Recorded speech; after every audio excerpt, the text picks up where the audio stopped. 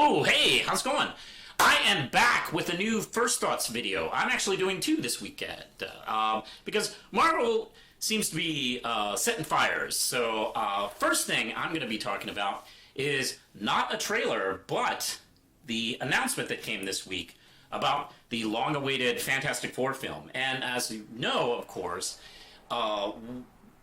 Disney bought 20th Century Fox to get Fantastic Four and the X-Men, which I'm not sure if I like their methods, but okay, we got Fantastic Four back in the MCU, and they finally did a big announcement on who was going to be in the film. And we had been seeing like leaks and spoilers and discussions for years about like who was going to be in the film, and we finally got our cast.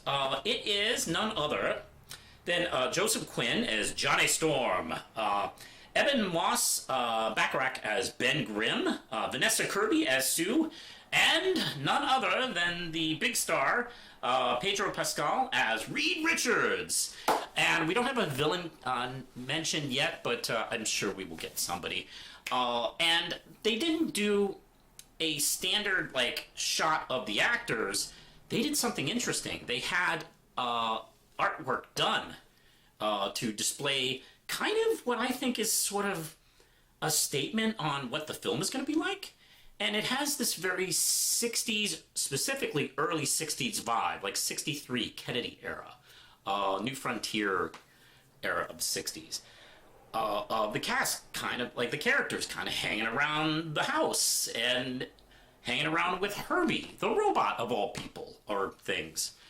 And it has this early 1960s vibe to it, concluding with the font Marvel and Fantastic Four.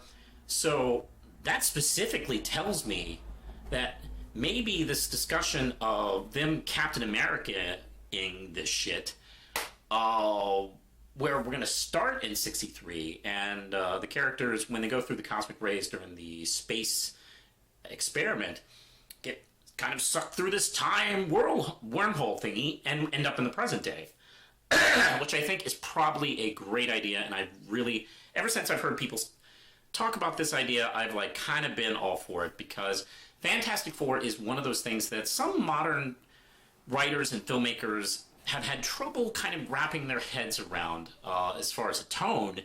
And you notice that with the Tim Story Fantastic Four films and the Fanstick Four film of them trying to go dark.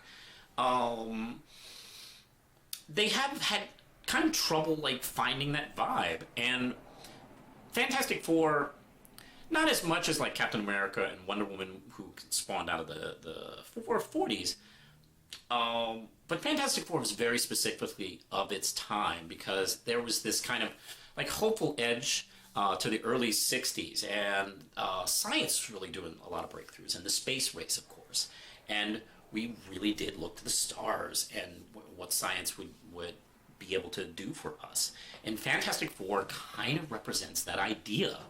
And not everybody is as enthusiastic as that anymore. So, that's been like kind of the trouble with a lot of like artists over the years, recent years, of trying to kind of make them fit. And this is actually a good way around that. So that's kind of what I'm really excited about. Let's get to the actors, though. I'm admittedly not as familiar with, Vanessa Kirby and Eben Moss Bacharach. I do see their IMDb pages, and they do seem to be, veteran actors of several different genre films, so I'm pretty confident in them.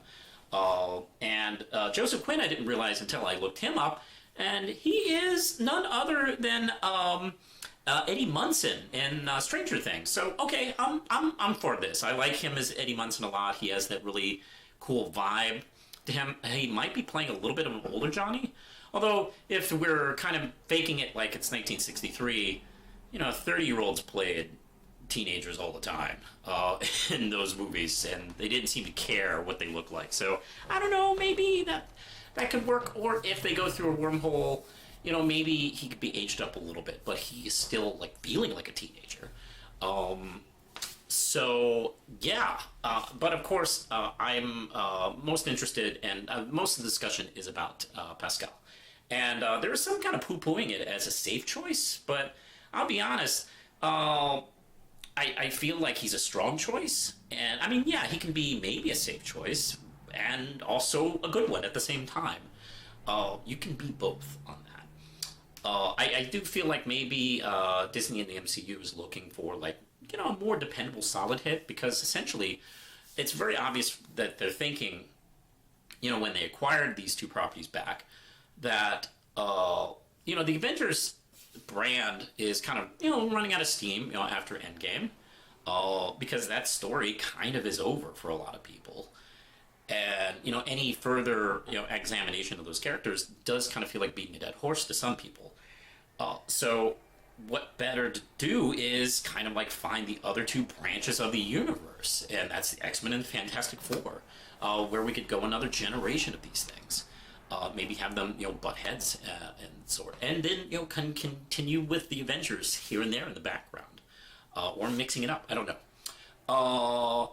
So yeah, I like Pascal and Reed. I'm not sure what kind of Reed we're gonna see, because Reed, even before he got his powers, was kind of a distant, antisocial weirdo. And of course, I think using the 60s as a launching point for this film also kind of can examine Reed's attitude towards Sue and women in general, like, oh, get out of my laboratory, you stupid woman. That kind of Reed that we saw in the early 60s, and a lot of writers have since then done their best to dull down that kind of behavior and personality. But if we do it in film, if we start him in 63, literally start him in 63, and then bring him up to the present, that way we could have him and Sue like kind of explore their character development that way. And I think that's a really good chance. And I think Pascal, of course, can do that. Like I think he can kind of play that kind of actor, that kind of like two-fisted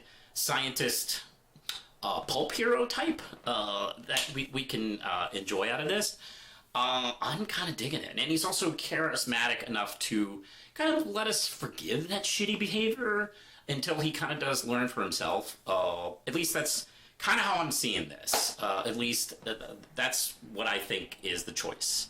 So I'm kind of excited. I'm really liking this.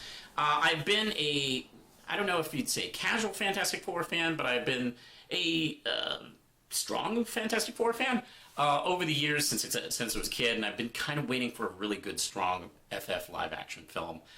And they haven't gotten as much love in animation and live action as some of the other properties in Marvel and DC. So I'm got some high hopes for this.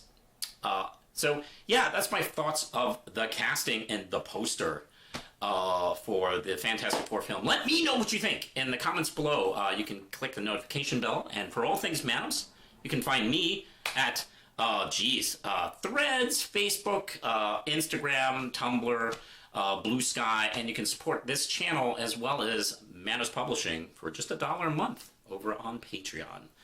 I think that's it. We'll be talking about the X-Men trailer next up on The Real Manos, so push the button, Lindsay.